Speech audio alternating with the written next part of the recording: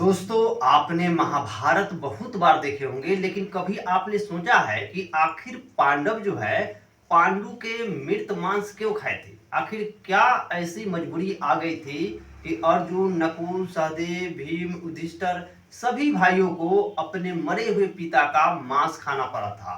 आज हम आपको इसी के बारे में बताने वाले हैं।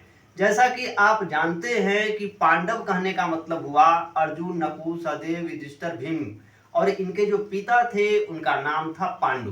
पांडु का इच्छा था कि जब हम मर जाएं तो मरने के बाद हमारे शव को जो मांस है वो हमारे पुत्रों में बांट दिया जाए। वो पुत्र जो है बड़े चाव से वो मांस को खाए। तो आखिर ऐसा पांडु क्यों चाहते थे? आप तो जानते ही हैं कि पांडव जो हैं वो भगवान के वरदान से उत्पन्न हुए थे।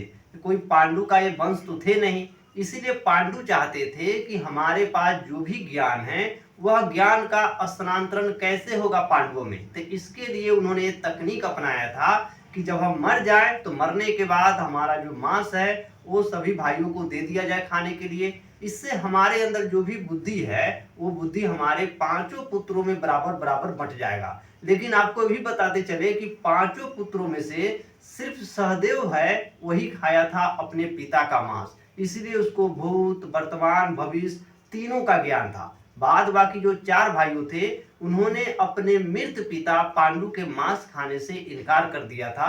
इसीलिए सहदेव जितना बुद्धिमान ये चारों भाई नहीं हो पाए थे।